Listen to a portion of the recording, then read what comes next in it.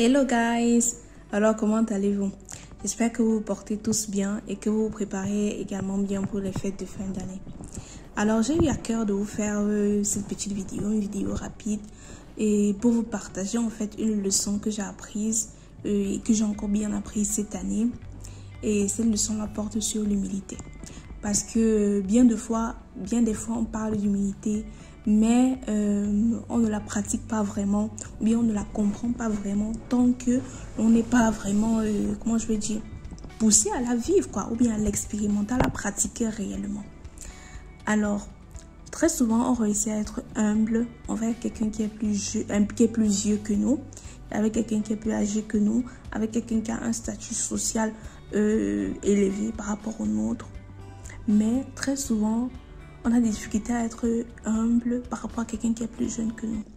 Lorsqu'on rencontre par exemple quelqu'un qui a 10 ans de moins que nous, qui a 12 ans de moins que nous, qui a 15 ans, 20 ans de moins que nous, mais qui a une intelligence ou une capacité intellectuelle ou pratique que nous n'avons pas, comment est-ce que nous nous comportons?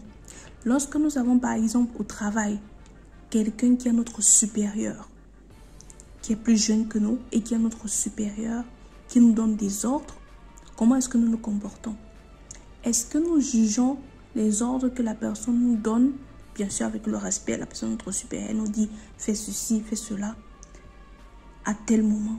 Est-ce que nous jugeons ça d'une manière honnête, équitable, sincère, ou bien nous jugeons ça par rapport à nos propres frustrations, par rapport au fait qu'on se dit que bon, le petit là, il croit qu'il va m'apprendre quoi?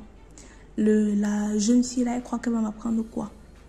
Moi, j'ai commencé à travailler, j'ai commencé à être sur les bancs et pisser même encore au lit. Des choses comme ça. Comment est-ce qu'on se comporte dans ces cas-là?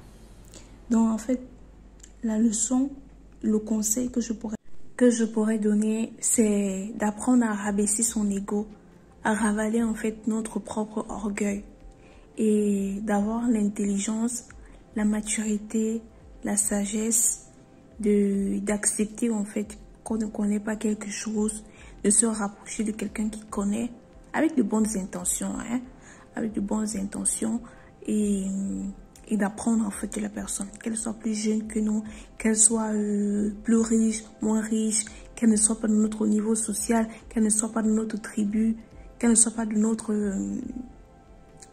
région, de notre pays, bref.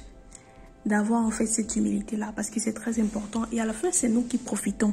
Et j'aimerais même aussi ajouter en fait qu'il ne faut pas aussi avoir la mentalité seulement de prendre, mais de pouvoir aussi apporter ce qu'on peut apporter de bon, c'est-à-dire que ce soit dans nos qualités, parce que nous avons tous des qualités, que ce soit bref, qu'on voit le domaine où on peut aussi apporter à cette personne là et qu'on lui apporte tout en acquérant en fait les connaissances. Ce sont des connaissances qu'il faut acquérir ou bien des capacités pratiques. Je ne sais pas si c'est un fichier Word, si on ne sait pas faire Excel, la personne sait le faire. Si c'est peut-être, je ne sais pas, apprendre à tourner le couscous et la personne par exemple sait le faire. Mais nous on a besoin d'apprendre par exemple à tourner le couscous parce que peut-être notre futur prétendant a envie de manger le couscous. Donc du coup il faut qu'on soit prête. Donc, c'est un exemple en fait parmi tant d'autres. C'est un exemple parmi tant d'autres. Et c'est ce à quoi en fait je voulais vous exhorter, nous exhorter.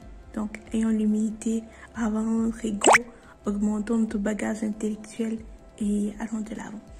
Peace. Ciao.